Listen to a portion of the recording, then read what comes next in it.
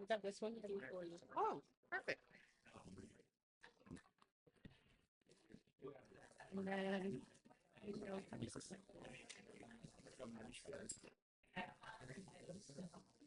good evening, everyone. Hello. Thank you so much for coming this evening.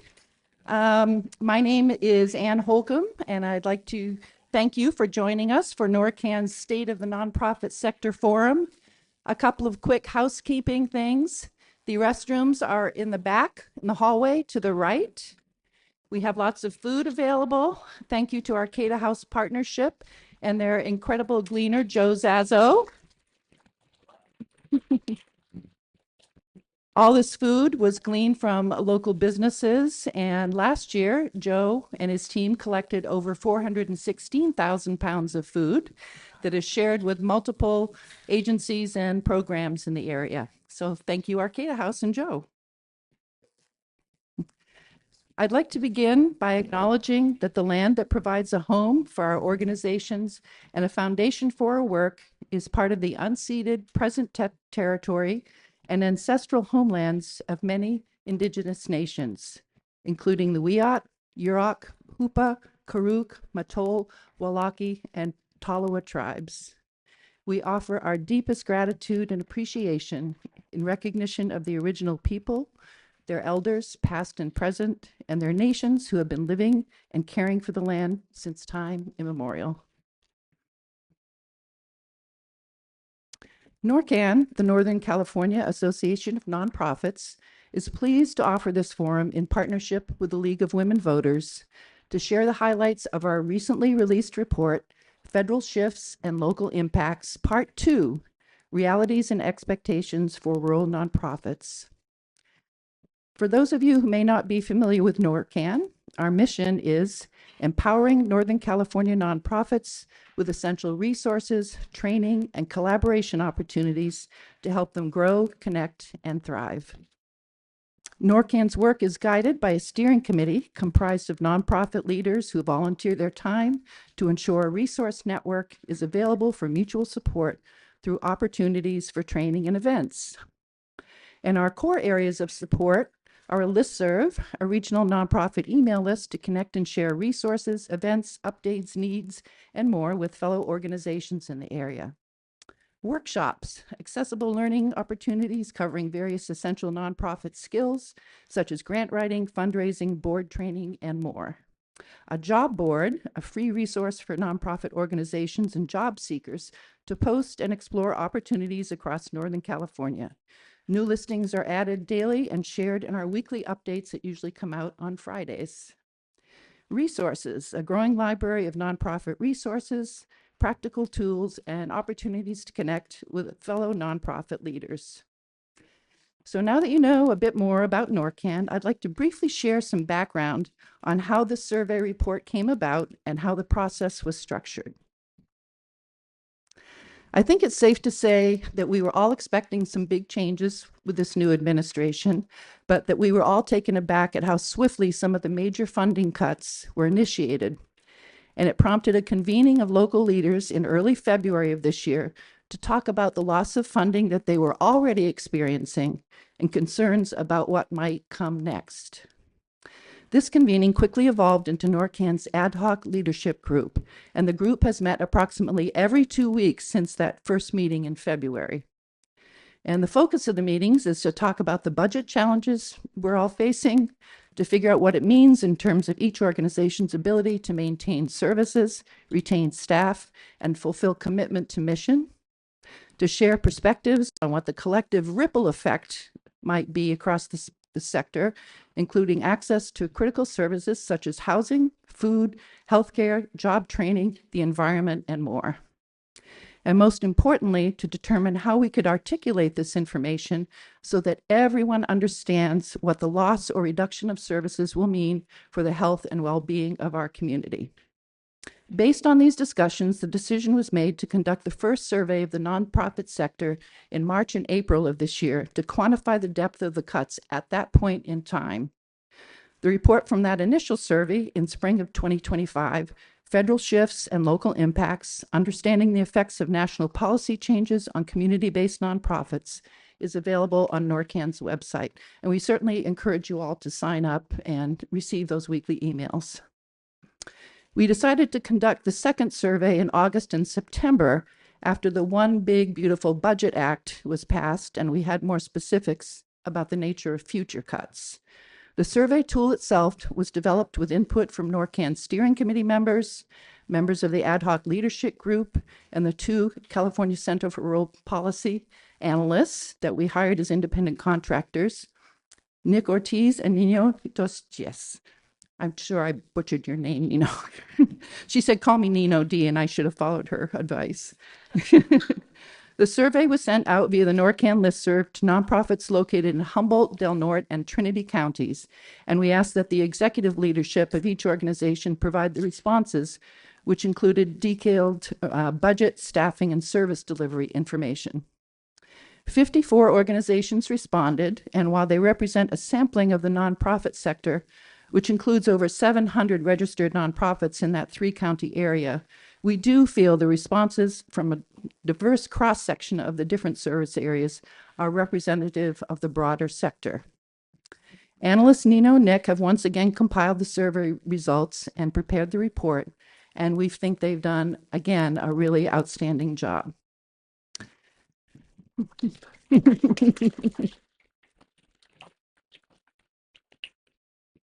The report from that second survey, Federal Shifts and Local Impacts, Part 2, Realities and Expectations for Rural Nonprofits, was released on October 28th, and we're pleased to share the highlights with you tonight. We'd like to thank members of the North Coast Grant-Making Partnership for providing the funding necessary to make this possible, and they include First 5 Humboldt, Humboldt Area Foundation, and Wild Rivers Community Foundation, the McLean Foundation, the Patricia D. and William B. Smullen Foundation, Providence St. Joseph Hospital, and the Vesper Society. So now I would like to turn it over to Nino, who will share highlights of the most recent report with you before we introduce our panelists.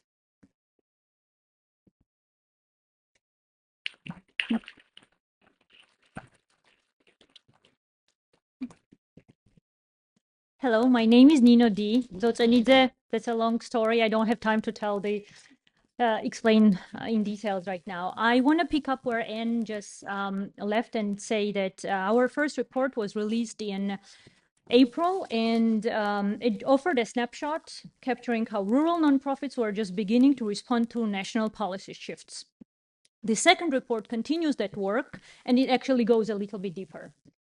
It shares new findings about how nonprofits have been further impacted in just few short months. We explore how organizations are now interpreting the One Big Beautiful Bill Act, grappling with its potential consequences and preparing for what lies ahead. And more importantly, this research elevates the voices of those on the ground.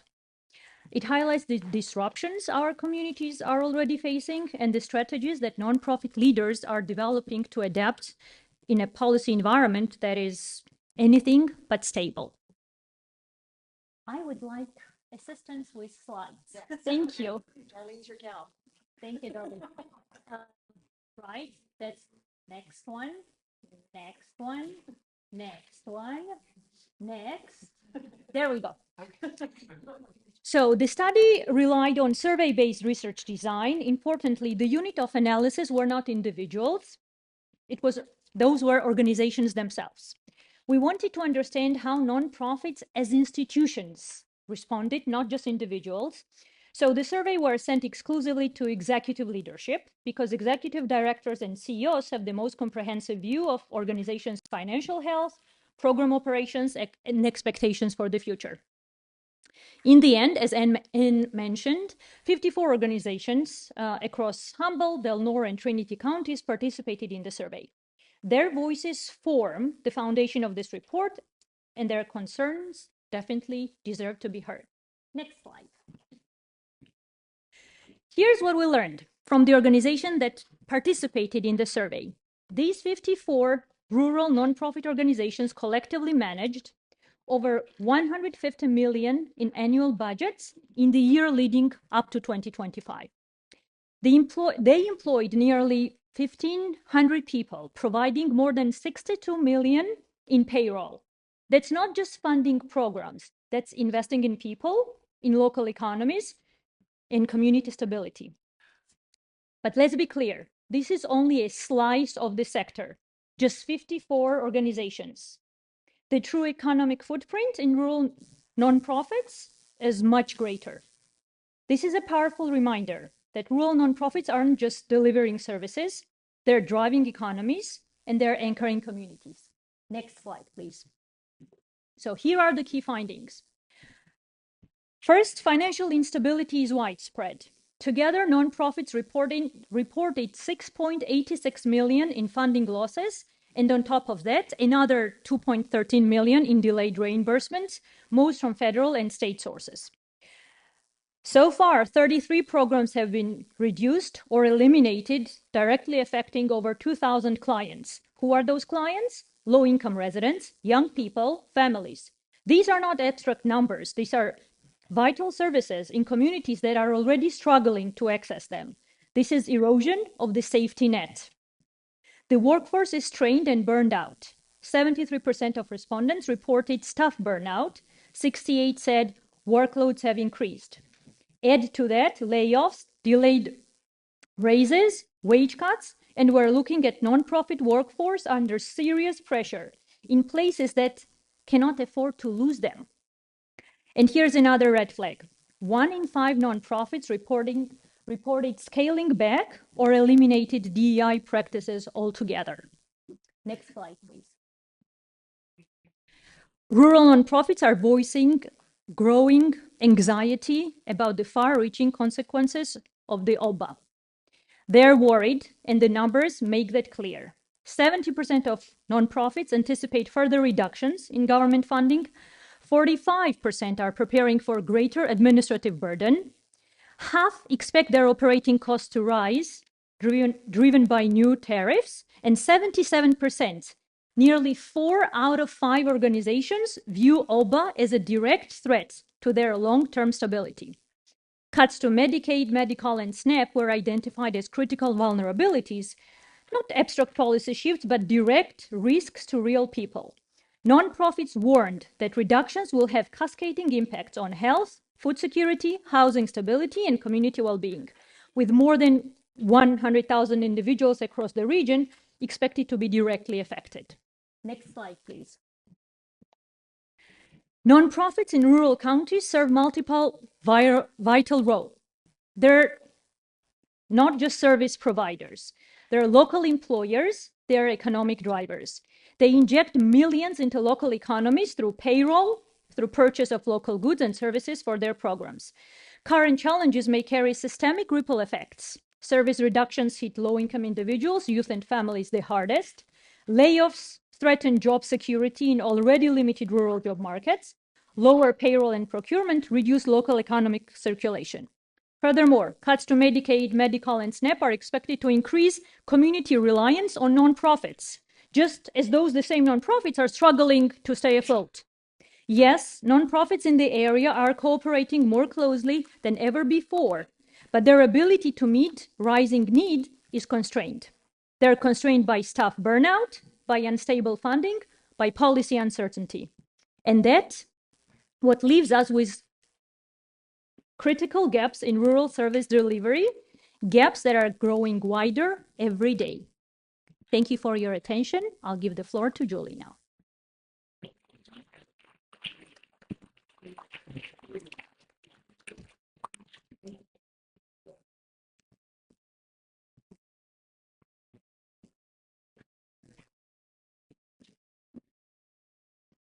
Hello. Thank you. I am Julie Kelly, President of the League of Women Voters of Humboldt County. Thank you, all of you, for joining us tonight. Great turnout. I'm grateful for this opportunity for the League to facilitate this informational, in-person panel discussion on the state of nonprofit sector. I'll be moderating the forum from here at the podium, obviously. Assisting me is Bird Lochte, longtime League board member, who will be our timekeeper this evening. Each of the panelists with us tonight have been asked to address any or all of the following topics related to their organization and nonprofit sector: impacts of funding delays, future outlook of their sector, how funding challenges are impacting their staff, impacts they see at the table, impacts they see on our regional economy, on innovations and adaptations that have emerged in response to the current funding challenges. Everyone's good? Okay. Each panelist will have up to 7 minutes to speak about these issues. In order to give all panelists as much time as possible, I ask you to refrain from applause until all have spoken. Thank you for showing all the panelists the respect they are due for sharing their sector's challenges with us. And now, let me introduce the panelists.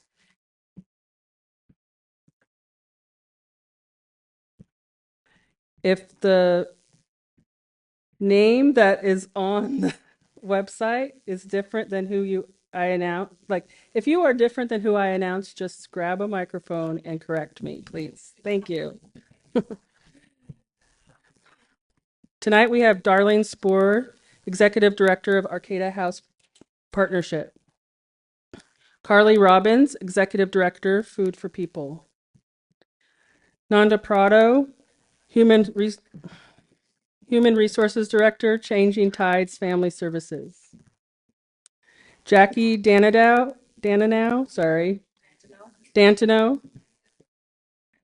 Executive Director, Playhouse Arts. Brenda Perez, Executive Director, Centro del Pueblo. Elizabeth Laura O'Rourke, CEO, United Indian Health Services.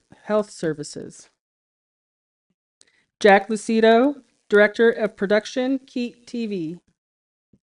And Luna Latimer, Director, Mid-Klamath Watershed Council. Great. Well, we'll start from the top. Darlene, Executive Director, Arcata House Partnership. Thank you. So thank you for giving us a lot of time, but I was told that I could only have 7 minutes and that I needed to write it down because I'm too passionate about what I talk about. I'm talking about housing and homelessness, and I want to highlight a critical issue that many of our communities are facing right now: how vital affordable housing programs are to thousands of people. And the increased strain on those programs due to funding delays and uncertainties are just causing more and more stress in our communities and in the people we serve. In Humboldt County, many housing programs contribute to the economy and to the support, and we support vulnerable populations. And delays in federal funding or uncertainty in federal funding can cause severe consequences. There are thousands of units of affordable housing and service providers throughout our county, and still it's not enough. If we look at a small sample, just a small sample, let's say Arcata House Partnership, and let's say the Housing Authority, together we provide over $11 million annually in rental support that our landlords get and our economy benefits from. That's just 2 of the dozens of agencies and organizations that provide assistance to households. Without that support, just those 2 organizations, 1,268 people would have less housing security. This highlights just how significant these programs are, not just for individuals, but for our local economy as well. These safety nets are vital to what we do. We don't just house people, We keep people from falling deeper into poverty, which would place even more strain on our emergency services, our healthcare, other public assistance programs. We're all connected. There is an uncertainty that comes with contract delays and potential funding cuts. We know that. That's the world we live in. But that sense of instability that we have right now creates a ripple effect that not only increases anxiety to the people that we serve, but to our staff, to our community, to our landlords, to the people we live and breathe with in this community. It's especially concerning for those who are already marginalized, our seniors, our people with disabilities, and other low-income individuals who already struggle day to day, given the high cost of rents. If these programs were to be cut or scaled back even more, thousands of people could be at risk of losing their housing here in Humboldt County, which could mean more people on the streets or more people in overcrowded, inadequate living situations. It really does feel like we're at a crossroads where decisive action is needed to ensure the security of these programs, not just for the sake of the individuals they serve, but for the stability of the entire community. It's important to note there is an intersection between poverty, lack of affordable housing, and the rising challenges caused by funding cuts and policy changes. The people experiencing housing insecurity aren't just people who have fallen through the cracks, but often those people who are contributing members of society. Their parents, their workers, their retirees, they're survivors of trauma. These people have faced major setbacks, whether it's medical bills or job loss, domestic violence, or just being priced out of housing due to skyrocketing rents and stagnant wages. The looming policy changes that threaten to cut funding to affordable housing programs are especially concerning. The idea that the support services that keep people from falling into homelessness could be reduced at a time when demand is already so high is a recipe for disaster.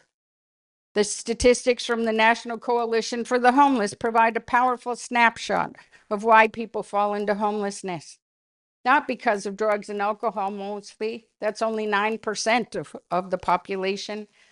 15% are because their expenses are higher than their earnings. 13% were evicted by family members, 11% domestic violence or family abuse, 11% incarceration, 10% because of sickness, illness, disability, and 10% because of divorce or family change. This shows just how fragile housing stability is for everyone. It's a stark reminder that homelessness is not just a problem for those who struggle with addiction or mental illness, but a much broader segment of the population. Looking ahead, it feels like the outlook for the nonprofit sector in this space is both incredibly important and highly uncertain. With more people seeking help, combined with reduced funding and supporting the pressure on organizations like Arcata House Partnership, we will only continue to grow. Our services will be needed more and more. This is a critical moment, and the potential rollback of safety nets means that the need for homeless prevention and intervention will only rise, while the resources to meet that need will dwindle. We should expect to see an increase in the number of people who become homeless or housing insecure. If we look at how these issues might affect our regional economy, especially in Humboldt County, a few things emerge. The strain on the local economy. Our emergency systems like shelters and hospitals and law enforcement will become even more important to those people who don't have any other safety nets. Loss of workforce stability. When people become homeless, they don't always have a way to get to work or a way to make sure that their family is safe so they can get to work. This creates a ripple effect across local industries and make fewer available workers, more absenteeism, and an increase in reliance on public assistance. Every dollar invested in affordable housing and housing assistance and supportive services circulates back into the local economy. Millions of dollars are brought into Humboldt County through nonprofits like us. Decline in community well-being and public safety. Without sufficient housing and support services, communities often experience increased visible homelessness. We can expect this. Greater strain on social service providers and volunteers. We can expect this. Rising mental health crises and substance use. We can expect this. The path forward to strengthen the nonprofit sector and the economy, Humboldt County will need to stabilize and expand funding for housing support programs and emergency shelters, and for all of those services that we're talking about today. We have to prioritize prevention, coordinate across agencies, build and preserve affordable housing, and reframe homelessness as an economic and public health issue. Homelessness is not only a humanitarian crisis, it's an economic one. When our most vulnerable neighbors lose housing, our entire region bears the cost. Strengthening Humboldt County's housing infrastructure is both a moral responsibility and a smart economic investment. Prevention, sustained funding, and coordinated regional response are the keys to breaking this cycle. Thank you, Darlene. Carly Robbins, Executive Director at Food for People. Hi, everyone. I'm happy to be here today to share the stage with such incredible people. I think we've all come off of a couple of weeks of looking at just what it looks like in our community when the food safety net falls apart, the unpredictable situation with SNAP. I can tell you just at Food for People at our main site, when the delays in SNAP benefits, or also known as CalFresh here in California, were announced, we saw a 40% increase immediately in the number of folks coming to us. As an organization, we're already typically operating at high capacity. So adding another 40% on top of that is an incredible burden. And unfortunately, it's not a direction I see going away. Even though SNAP benefits are coming back, government has come to some form of agreement, we're still going to see longstanding impacts. Investment in food security seems to be not only a bargaining chip these days, but highly undervalued compared to what we were used to a couple of years ago. Immediately with the new administration, we saw the cancellation of a program that allowed us to purchase locally. That was almost $250,000 annually. In addition, commodity loads to us, those are the foods that come to us through the federal government that we rely on. Pretty much all of the bonus loads stopped immediately. Combined with other cuts to outreach contracts that we have, I have to preface this. When food banks get resources, usually it's in the form of food, not dollars. But if we give a dollar value to everything we have lost, Food for People's experienced a $842,000 offset or loss compared to what we were expecting last year. That's big. If we look at our overall food and fund budget, it's about 11%. So not insurmountable, but it's definitely not a good thing, especially when we're seeing higher need. And frankly, when I see us going forward, the impacts of HR 1, Big Beautiful Bill, however you choose to refer to it, are going to be long lasting. And even though we're not feeling those effects now, we likely will with the cost shifts to state, not only for the program itself, but to administer it, expanded time limits, as well as the elimination of SNAP Ed. We're going to see many more people drop off this program that is a safety net that allows them to prioritize their funds. So maybe they can put their funds towards their rent, their medical bills, their utilities. So that's a lot. In Humboldt County, we have 30,000 individuals who rely on SNAP. And we expect that about 12% of those will be impacted by the new requirements. It's not going to be immediate, but in the next few years, we're going to see that come to pass. And frankly, the food bank network, our partners who all work for strengthening food security in the area are not prepared to take on that much more load, especially when we're seeing reduced resources ourselves.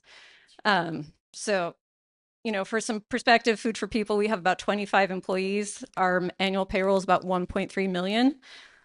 Thankfully, I have not had to lay off any staff yet or cut back programs. I have one position that became vacant that I have not filled, and our staff is starting to feel it. And the last 2 weeks, I can tell you, we have definitely felt it. The number of people coming to us, also the number of people just coming to us with support has been incredible too. I have to acknowledge that.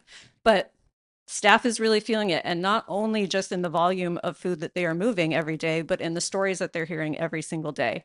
They are sitting down with folks, listening to their stories of how they come here, what a burden it is on them, and frankly, what it feels like for folks who don't know how they're going to feed their family. And it's a lot, it's a burden, and it's only getting bigger. When it comes to our local economy, CalFresh has a pretty big role to play. Humboldt County issues about 6 million in CalFresh benefits every single month.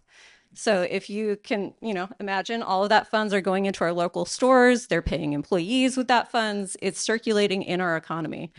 It has a pretty big impact. Total CalFresh issuance last year was over $70 million. So a 12% reduction in that is about 8.5 million that's not circulating in our economy. And that's not a good thing for the economy and everyone else. As far as, what we're doing, I have to acknowledge we're working with our partners more. The community is coming out. I mentioned we have a fund that went away pretty immediately that allows us to purchase locally. We had a strong showing for our community when they heard that, because that funding going away not only hurt Food for People and the people we're serving, but all of the farmers we had built up contracts with.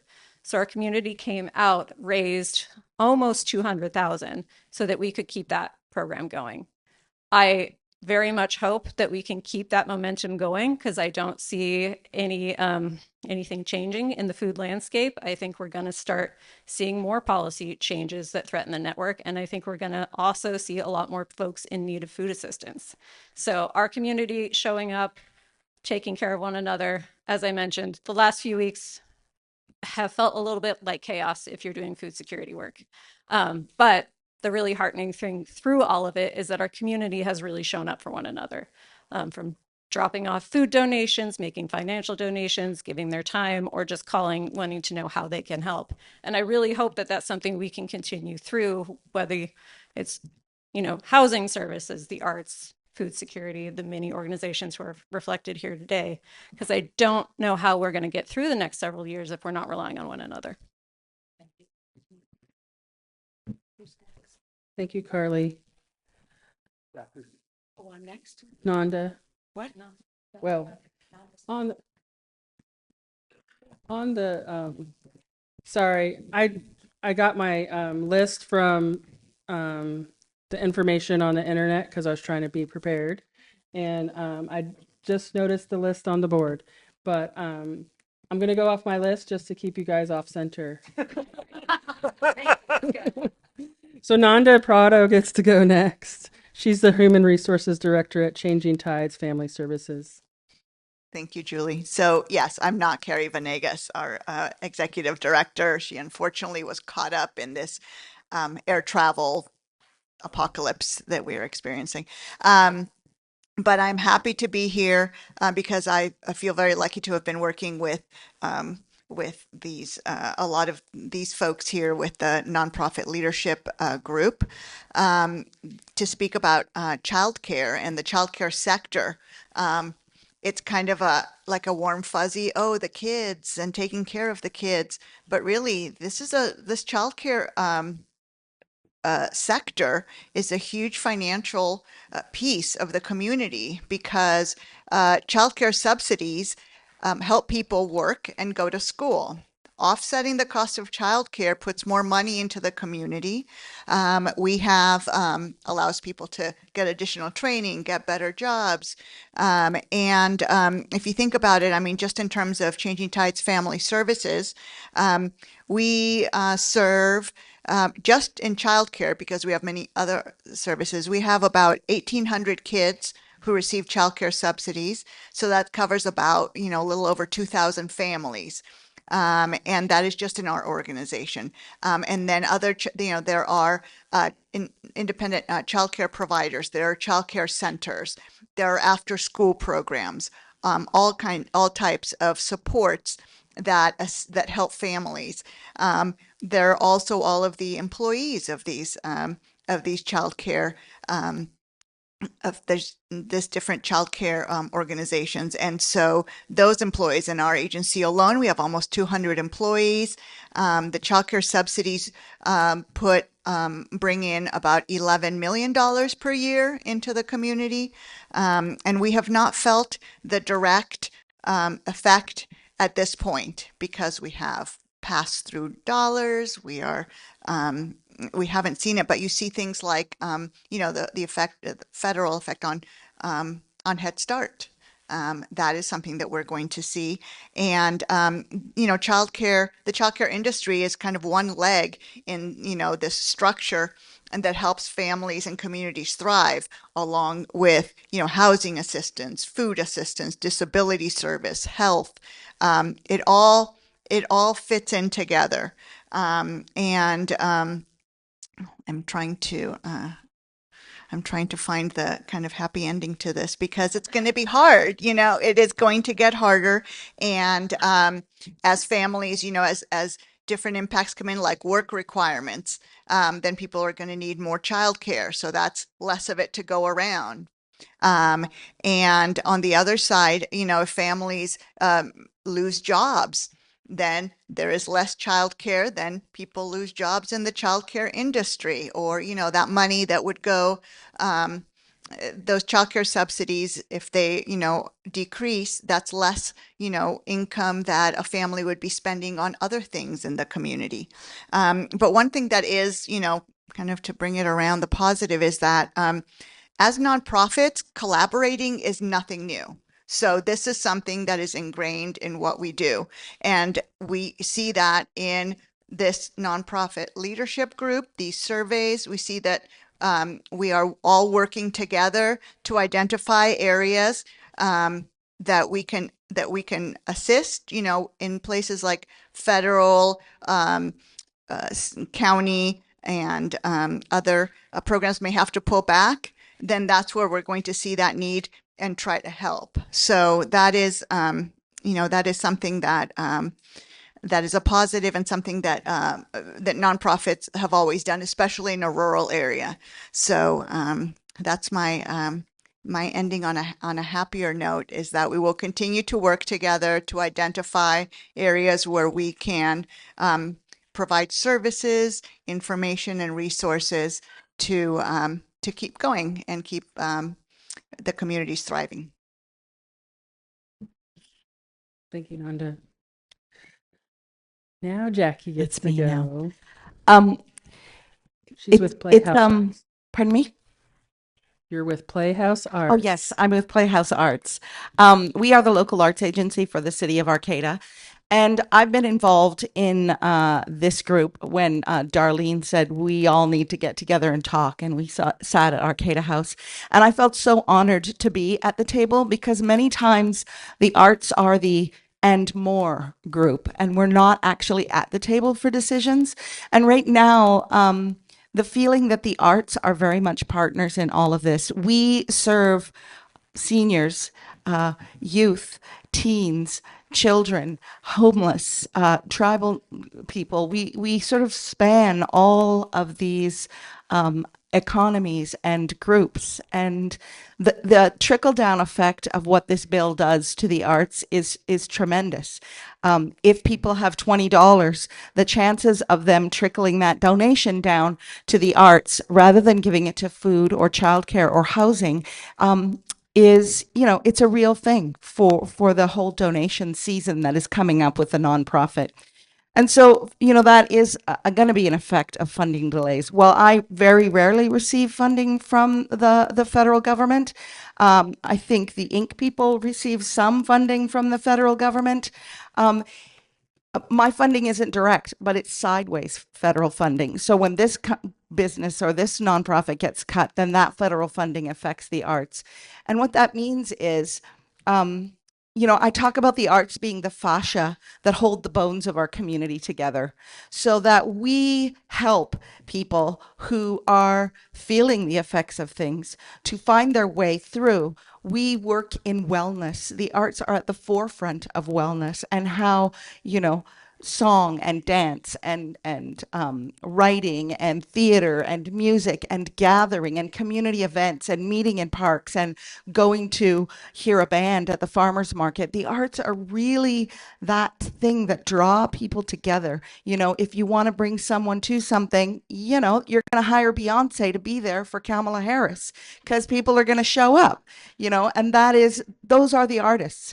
And that's a high level artist. but that's in our community too. And the arts are committed to the people that we serve. And so I just wanted to sort of acknowledge that net that we talked about a lot, and how partnership is what I deem to be the key forward. I mean, we all talk about partnership. That when we when we don't have arts in our schools, we don't have innovative thinkers. We have reading, writing, arithmetic, and not critical thinkers, and people who will follow along and not be like, wait, hold up, what does that really mean? So that's what the arts are doing too. Also, when people show up for things like, I don't know if you've been to anything where Musicians for Peace are there donating their time to show up. The artists are the people too that are going to be, that are operating, some of them at the bottom of the pile. So when the sieve falls, the artists are going to fall through. We, as an arts industry, the Playhouse, our payroll is $385,000 a year. We employ 16 people on $385,000. The Ink People has a $350,000 payroll, and they employ 10 people, and that's just 2 organizations. And that's not including any of the funding we bring in from other sources, both from state and out of state, and federal funding that's not the National Endowment for the Arts. When we talk about DEI and the impacts of DEI, that's massive for artists and arts organizations. To squelch diversity, equity, and inclusion is like squelching the heart of the arts organizations. We are a workforce under pressure. When things get going, people call on the artists and they show up. And like we see in Portland, they show up in frog suits, and they show up playing the horn, and they show up bringing alternate ways of thinking and being. And as 4th level thinkers, to really think how we band together and think outside of what we have and think forward into a future that we can all build together. I'm quite passionate that we want artists at that table. We want those 4th level thinkers to be able to bring that to the table. I'm looking sideways at my notes because this is how I work. I'm not a linear. Darlene's got tabs and everything, so that's not what I'm doing. In terms of economic drivers for the county, we talk a lot about how Humboldt County has the most artists per capita and how we really rely on artists for tourism. I mean, take a look at what's going on in Eureka with the cultural district and what kind of vibrancy that cultural district and the Ink People have brought to the city of Eureka, what the arts do in Trinidad, Arcata, how all of those things really drive the economy. They are economic drivers, but that's not their main purpose. That's almost like a byproduct of the wellness of a community. If you look at creative placemaking, pride of place, how to build ensemble, beautification, health, and wellness, all of those fall under creative placemaking, which is what the arts bring to our community. And so while I feel distress and I feel up against a wall and watch what goes on around with all of these nonprofits, I also feel a certain level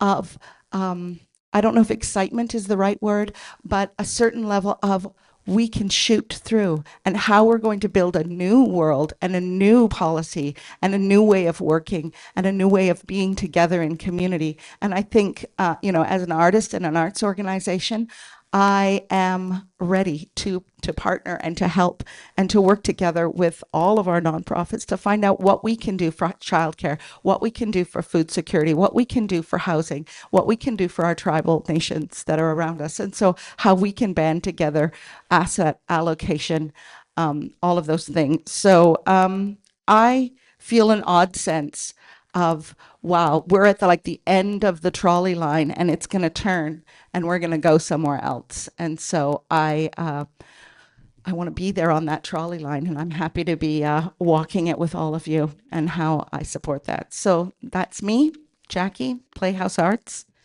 Go Arts. Who am I passing to? Great. Thank you, Jackie. Brenda Perez. Centro del Pueblo. Thank you. Buenas noches. Hello, everyone. I'm gonna put my clock alarm here because sometimes I go and go and go. This is a common thread here. We are passionate about what we do.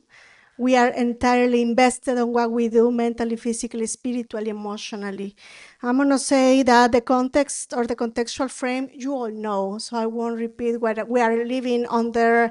So much pressure in a political context that impacts economy, that impacts directly what we do and inform our programming. So perhaps what I want to say is more like how Centro's vision is perduring regardless of the presidential terms.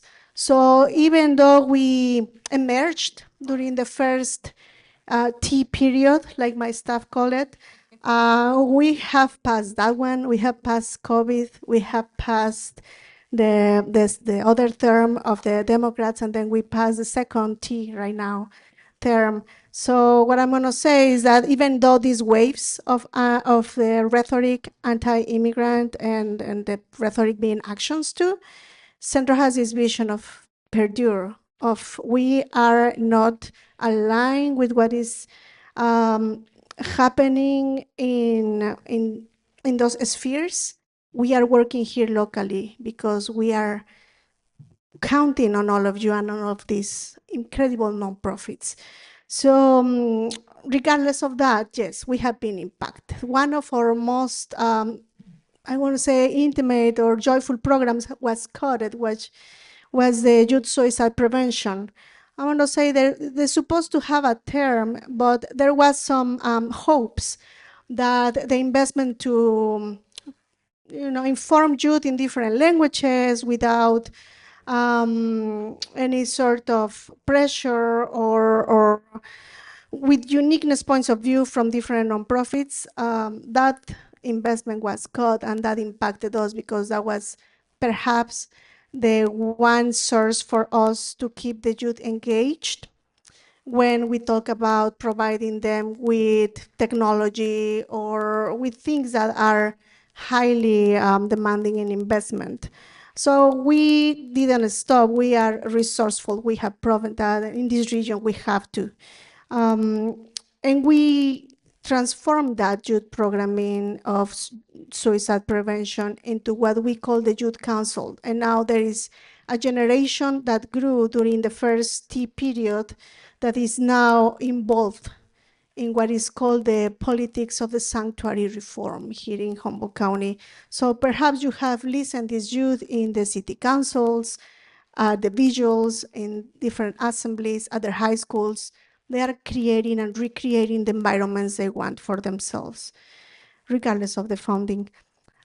Speaking about the outlook for my sector, which I'm honored to be in the culture and immigration, I'm going to say that we have to balance it. It's not very positive. We know how much it's been impacting the violence, eyes, all that we see and we witness into this new generation. What I'm going to say is all the new social media is highly informed of this type of violence that now our youth is trying to digest into, is this a new normal? And we say, no, it's never going to be. We never have to get used to this ever. So the Know Your Rights education is the tool that we are navigating. And now with great innovation of having Chirla immigration lawyers and other lawyers reaching out to us, working with Centro del Pueblo, providing clear pathways to citizenship. And what we most important is providing pathways to having the work permits.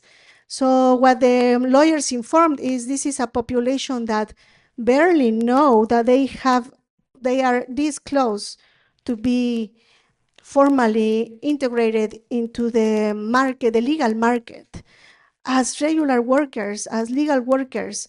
So they were amazed on how easy they can transform these realities.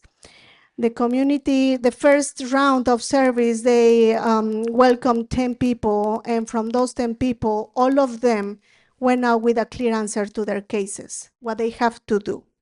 And those are going to be life-changing transformations for them and the households. I'm going to say the collaboration with Chile came through Cal Poly Humboldt. So again, how the nonprofits can interact with institutions like the university, College of the Redwoods being another hub for great resources on Know Your Rights.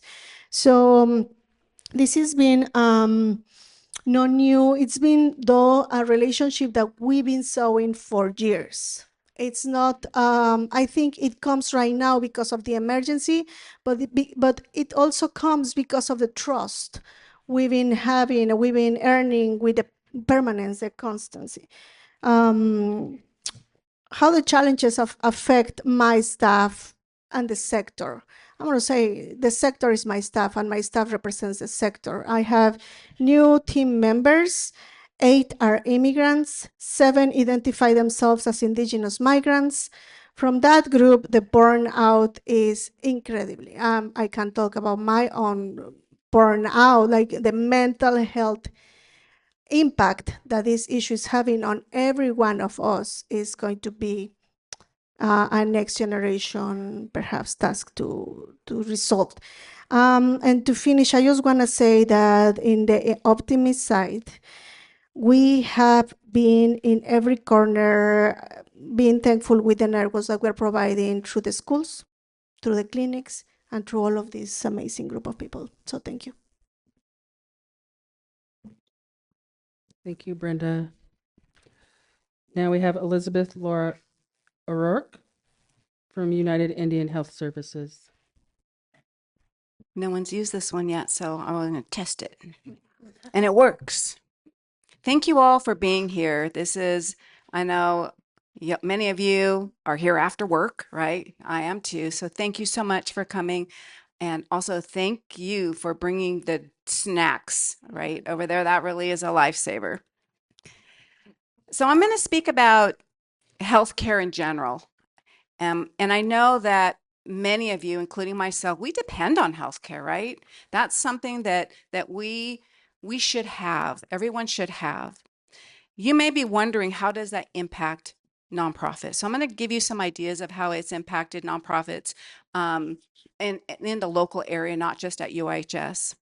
So some of the cuts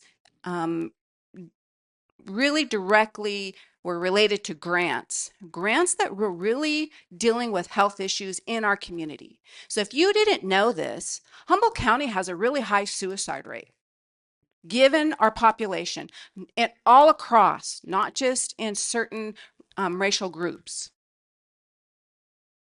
Our grant was not renewed for continuing funding, right? And it's a grant that's been in our community for a long time. We're not talking fluff, right? People think grants are fluff. This is hardcore grants dealing with hardcore issues. Another grant that did immediately stop was our domestic violence grant. Another very important grant in our community. Even if you're not experiencing these things, your community is, and that's going to impact you. Right? That's directly going to impact you in some way. We're too small of a community for it not to. So these are important things that are happening. The other thing that's happening is with small nonprofits, you have to pay out your money for those services and get reimbursed.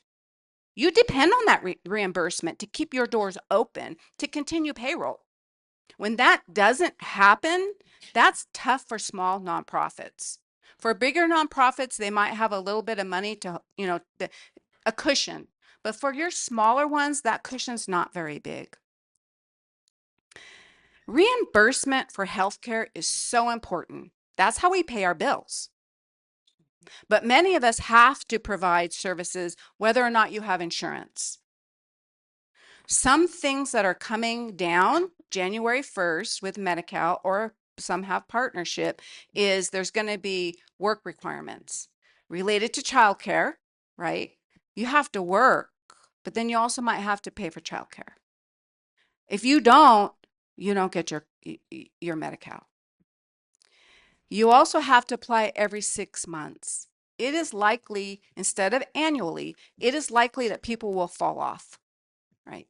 And if you don't have a health issue right now, it might not be important, but what if you have a serious accident? You're going to go to the hospital and be seen, but they're not going to get reimbursed for that care because you didn't do that, right? The other thing is that some individuals, undocumented individuals, may not be eligible for care, right? That's something that may be happening as well. So why does this matter? Like, I have insurance. This is why it matters to all of us. In such a small rural community, such as ours, the health sector depends on reimbursement from insurances. And now we're hearing that's getting attacked too, right? So we're all not safe. But also for nonprofits, we see a lot of people with Medi-Cal partnership. Okay. What that means for the rest of us is if those providers can't make it, they're going to reduce services, reduce hours, or worse yet, leave our community. What does that mean? That means I'm not going to be able to go to the doctor, that same provider that I used to go to, because they no longer can afford to provide care here. And in our community, a rural community, it's already tough enough to recruit, but also to retain. So any change in reimbursement is only going to make that even more difficult for our community, right? And I love our community. I've lived here my entire life. I'm not leaving, right? And some of you feel the same way, but that's going to be tough for many of us who need that care. And if you don't now, I'm entering into elderhood and I love it. I am embracing it. If you don't need it, you will. Right. So this is looking into the future. You will need it. You will have parents who need it. You're going to have grandparents who need it. You might have a child that's very sick that's going to need it, right? So it's really important to all of us what happens with our health care. When I'm looking forward and I was asked to look forward, what could happen? Well, this is what we've seen in the past, is that when people don't have insurance, whether it's private insurance or Medi-Cal insurance, they do not go to see a provider. But guess what? They go to the emergency department. And at that point, then their issue is even more complicated. Something that we could have dealt with early now is very serious and complicated. And I have a minute. Gosh darn. The other thing that happens is no childcare, no job, no housing, no food, no health insurance. What happens? You get stressed. What happens when you're stressed? That impacts your health. But guess what? You may not be able to go and get that care that you need because either you don't have insurance or people have moved out of our community because they can't afford to provide it here. Can I have another minute, please? Have my minute. I was a minute under. I'm going to be really quick though. So healthcare is stressful, right? Adding the uncertainty of now that we're shut down, right? We're shut down now.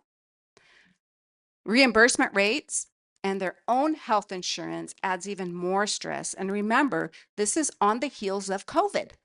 So you have healthcare workers now that have long-term stressors. That's going to be a tough situation for us. Positive. We want to end on a positive. Coming to these kinds of meetings are awesome. Thank you. You're the voice. I wear this necklace tonight to remind us to be bold. Be bold. Share your voice. Take in information. Share it with others. Now's the time for your voice to be bold. Thank you. Thank you.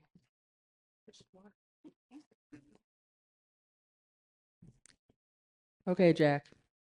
Now you're up. Keep TV, which I'm worried about, as everyone is.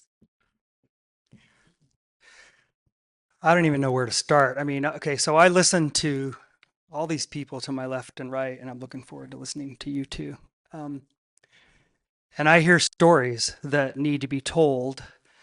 And Jackie, you helped a lot with your remarks about the arts. This is the communication sector. I'm going to ask you to stretch your brain a minute from communication to public media, cultural storytelling, positive public discourse, right? So beyond just the simple word of communications. And Keat does that. I'm also thinking about our colleagues in public media that we shouldn't forget right now that also had tremendous cuts. Access Humboldt, who's here tonight doing this work. I'm recording this for people to watch later. But think of KMUD, KHSU, JPR. People listen to JPR, right? And obviously Keat is the public television station. For those that don't know what public television is, it's the PBS system, right? Public Broadcasting System. It's been around since the 60s and was partially government funded and then funded by viewers like you, right? You've seen that, heard that zillions of times, right? So the reality for Keat was when the rescissions package was voted in July by the Congress at the administration's behest, the Congress had allocated millions and zillions of dollars, I don't remember how many hundreds of millions, right, for public media for the following year, so 2026 fiscal year. And the Trump administration was able to convince Congress to rescind those funds. So for Keat and KMUD and JPR, I can't speak for Access Humboldt, but those funds were cut at the end of September. And then Keat was in a situation where our executive director was working towards retirement.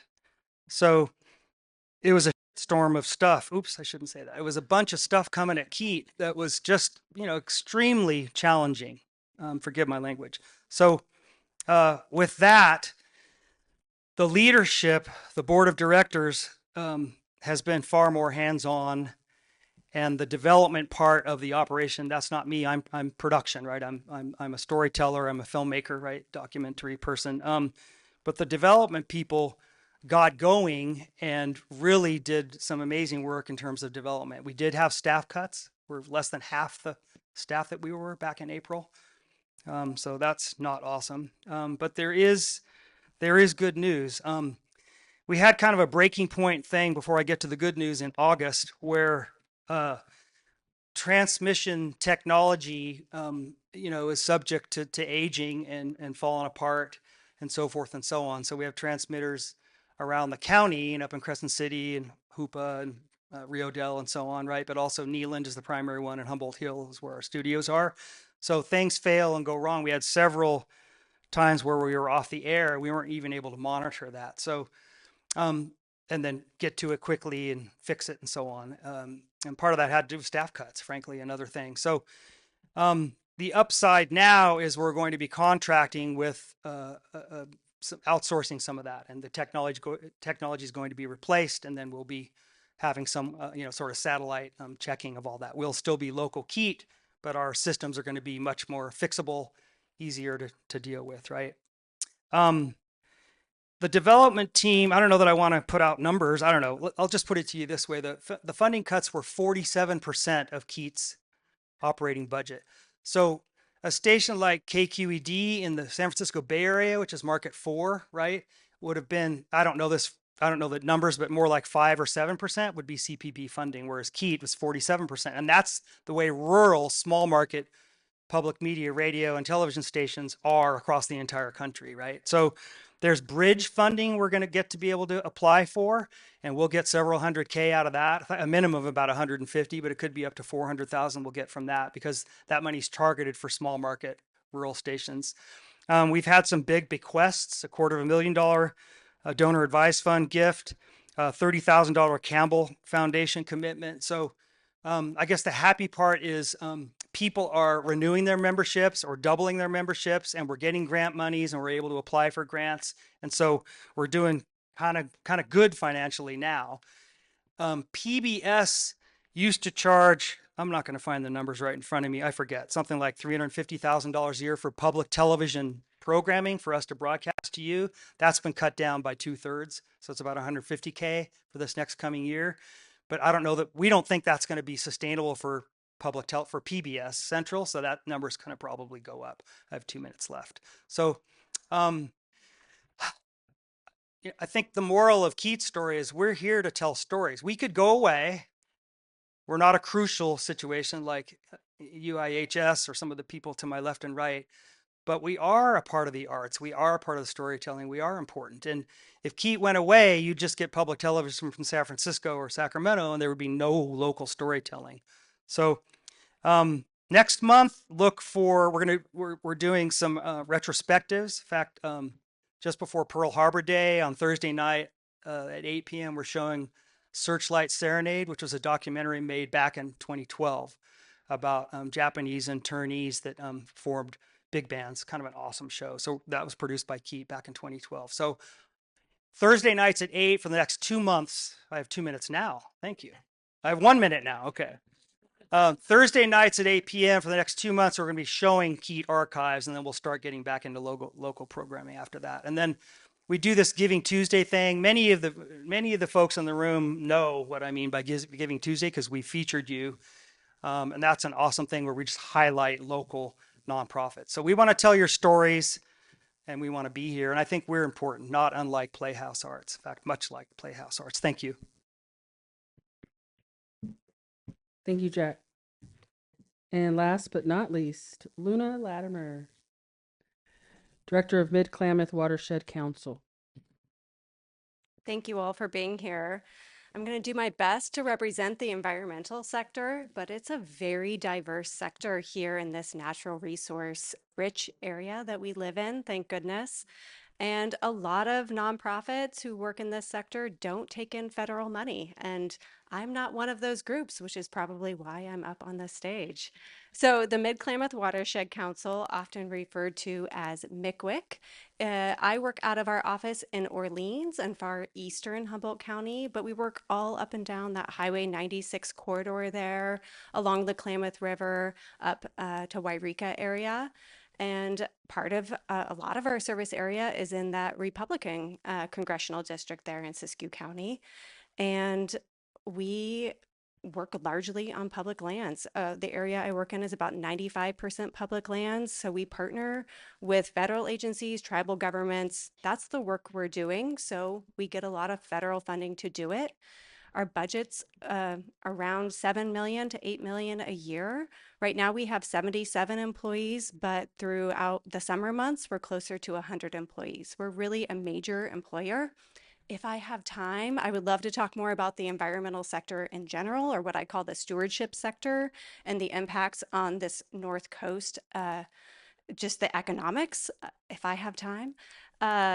So at the beginning of the year, when everybody had these federal funding freezes, of course, a lot of our funds were frozen.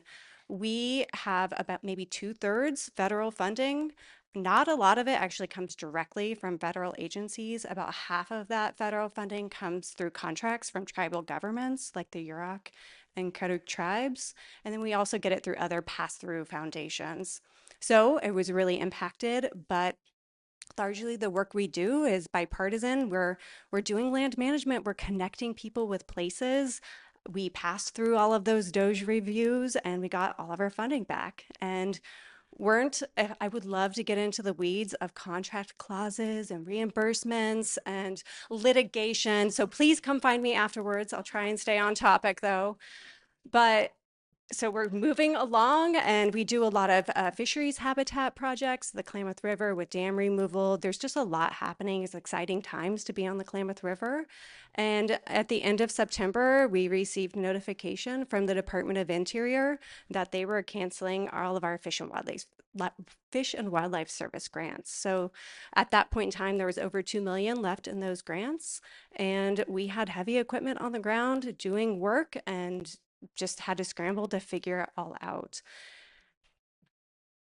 It was a surprise, and none of that information is necessarily even in the survey because it was happened after those survey results came in. So uncertain times, again, thank you for being here. It's so great to compare notes.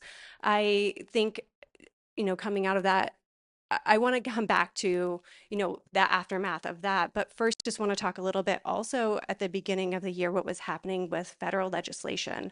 So there is a new Fix Our Forests Act. And when the early stages of that bill was really talking about mass herbicide spraying on our public lands.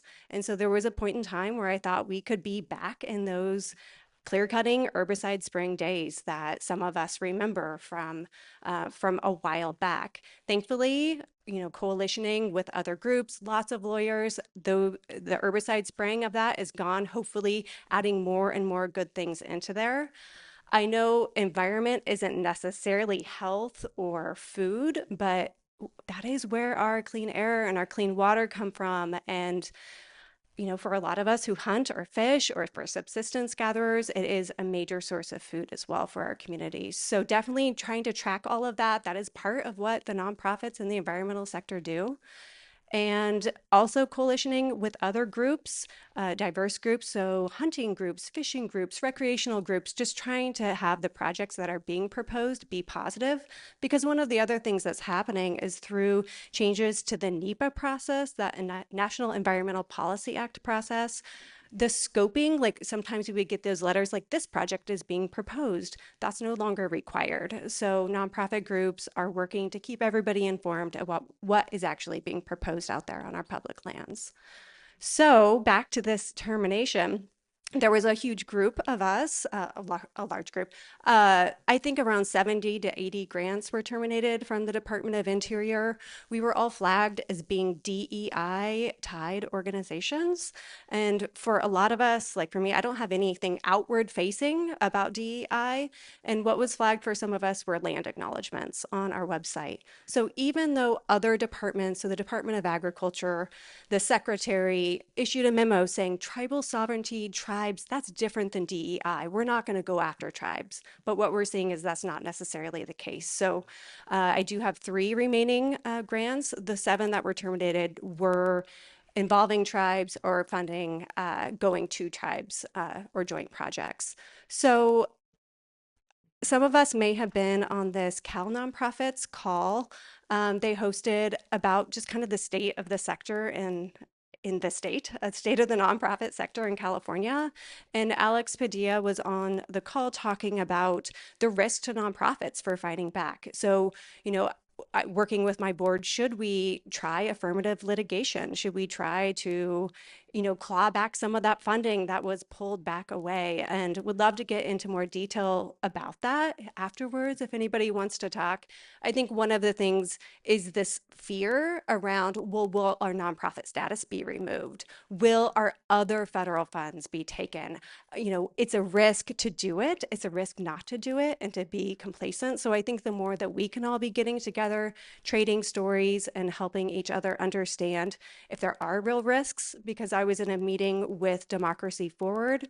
Some of you know this group of lawyers who has been successful with a lot of litigation in this current administration. And they said for over 100 of their clients that they haven't had their nonprofit status removed or had retaliatory terminations. So it's great to continue to share information with each other. And a tiny plug for just the stewardship sector and economic impacts. Some people might be familiar with Redwood Rising. It's a group that's doing a lot here on the North Coast. They'll be coming out with a report soon. They worked with the Bank of Montreal to talk more about just that project, how much it's bringing into the community. And with direct and indirect economic benefit, it's over $300 million a year for the upcoming years, and up to 12% of the workforce for the entire Del Norte County and almost 2.5% for Humboldt County. So definitely appreciate you all listening about this environmental sector.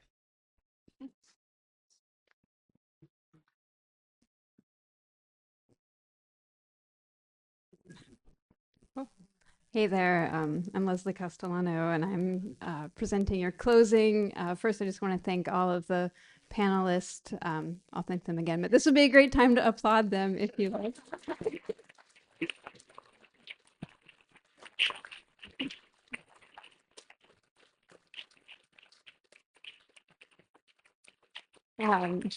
And while I'm talking, feel free to look at the index cards on your table, and you don't even have to look at me. You can write questions or accolades for nonprofits there on your index cards, and those will be shared through the NorCAN. The responses to the questions will be shared through the NorCAN listserv I'll get to what the NorCAN listserv is in a moment. But so again, we won't have time for kind of live question and answers here tonight, but please, I know you're probably brimming with some thoughts or questions or ideas, and use those index cards and we'll collect them after tonight. As you've all heard, nonprofits are our social safety net. I think many of you here are leaders in the community of the nonprofit sector, and so you feel it. You work there shoulder to shoulder with other members of the community every day.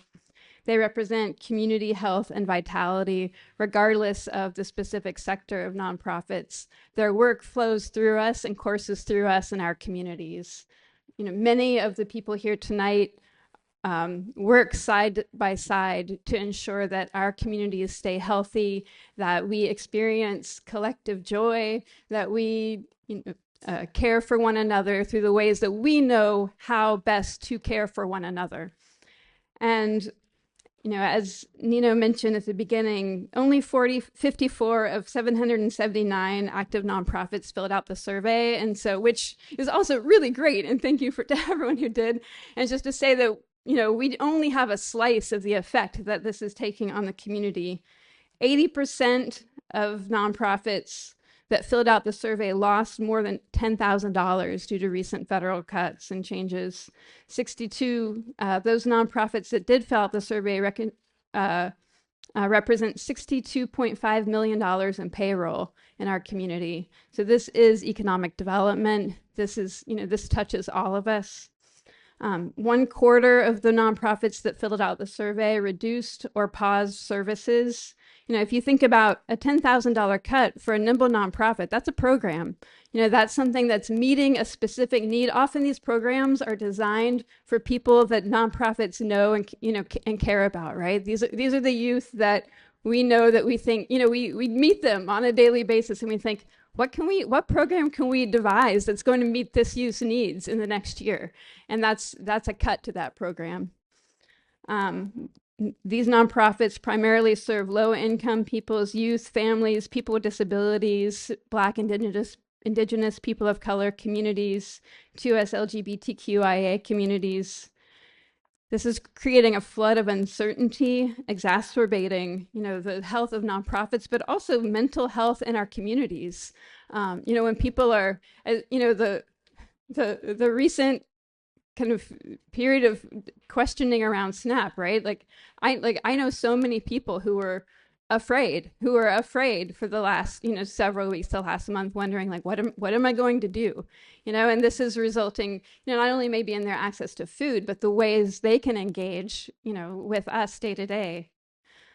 These are our friends, our neighbors.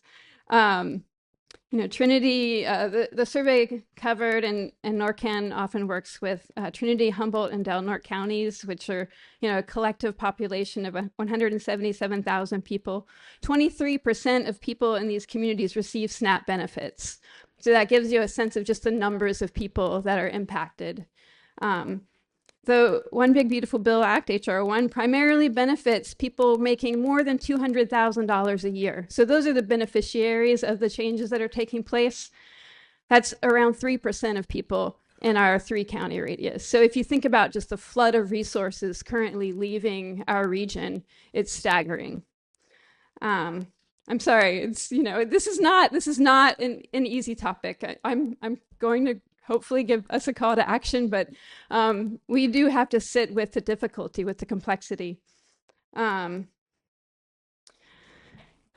know, nonprofits are, and this is all, if you haven't read the full report, I want to thank, you know, Nino and Nick for the work you did on the report. It's, you know, a lot of this is all in the report, so, you know, please take your time to read it. It's very well presented. Nonprofits are our economic and social infrastructure. They're service providers. They're economic actors. This is, these are cascading risks across systems that affect community resilience. And they will continue to rattle our communities in the coming years. They also represent, these changes also, you know, not only do they represent cuts, but they represent opportunities that never arrive. You know, there are grants that I would be applying for that I'm just like, yeah, we do not qualify anymore because of the work we do around equity, right? I'm just like, okay, well, that slate of grants is off the table. We won't be applying for them. And the call to action. I think collectively, there's a need to work together to build capacity for sustained action. I want to just applaud all of the people here who are already doing that. And this is, as Jackie mentioned, like I think, an invitation to continue to stand up and step up and be bold. And thank you for that invitation. Join NorCAN, participate in NorCAN if you haven't. There's an email list in the back. If you don't get the emails from the listserv, on a regular basis, you can learn about what's affecting nonprofits in your community, as well as, invitations to come out to an event or, a new opportunity maybe to support a community that means something to you. Reach out to your local electeds and regional representatives. I want to thank Assemblymember Rogers and Senator McGuire for their leadership on behalf of nonprofits. And of course, Congressman Huffman out there, fighting the good fight on the federal front for us.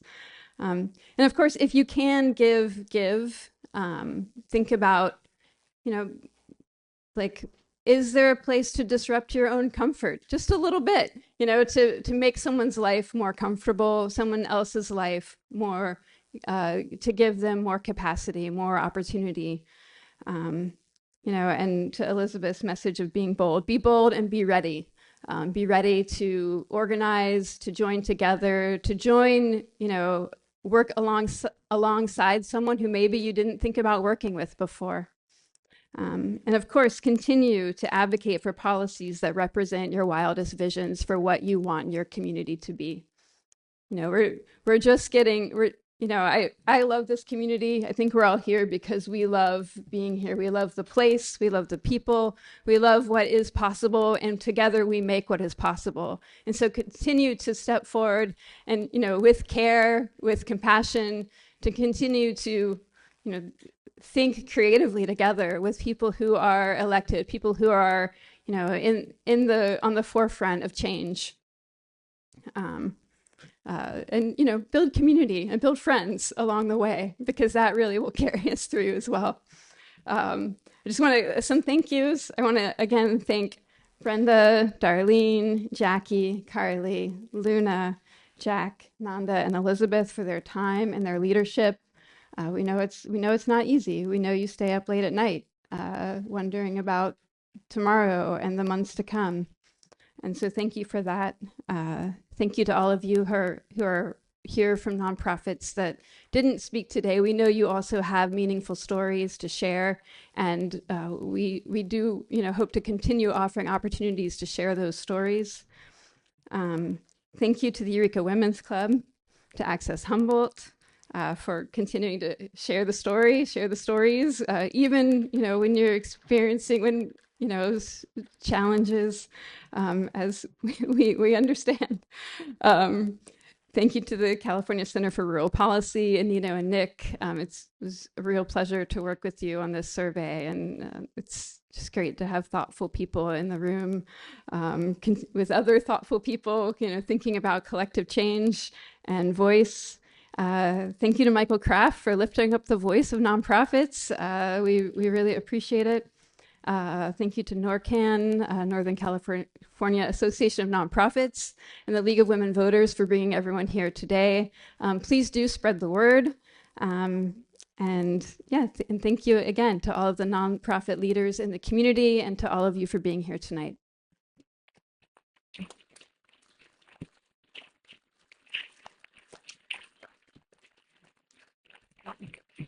And just for that, take your time, enjoy one another, and we're here to share time with you.